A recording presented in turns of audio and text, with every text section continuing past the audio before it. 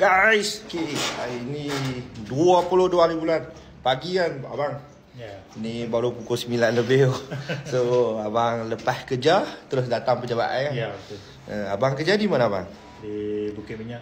Di Bukit Minyak, kerja kilang lah. Ya, kilang. Okay, so kerja kilang Sam. Ya. So abang ni balik kerja terus datang dari Bukit Minyak tau. Dari Bukit Minyak ke pejabat tau. Sebab abang takut kan. Sekarang banyak kan yang scammer abang. Banyak scammer.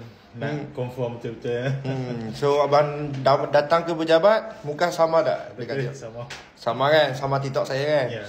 So abang ni lah lulus dah 3K. So abang mau pakai duit ni untuk apa bang? Untuk raya. Raya tau. Tinggal 10 hari macam tu saja guys. So korang tengoklah, cepat-cepat tekan back biru tu. Saya cepat-cepat pergi jumpa lah.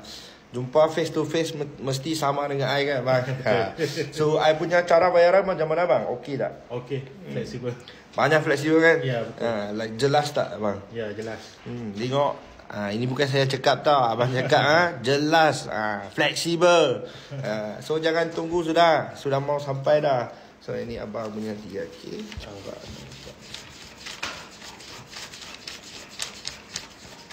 1K.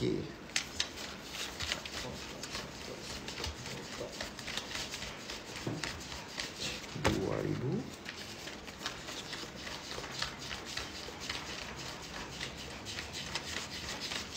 RM3,000. Okay, abang ni dah dapat RM3,000 tu. Sedia untuk layar dah. Abang pun happy tau. So macam area Kedah, Perlis, Perak, Kelantan, Penang, itu saya yang cover lah.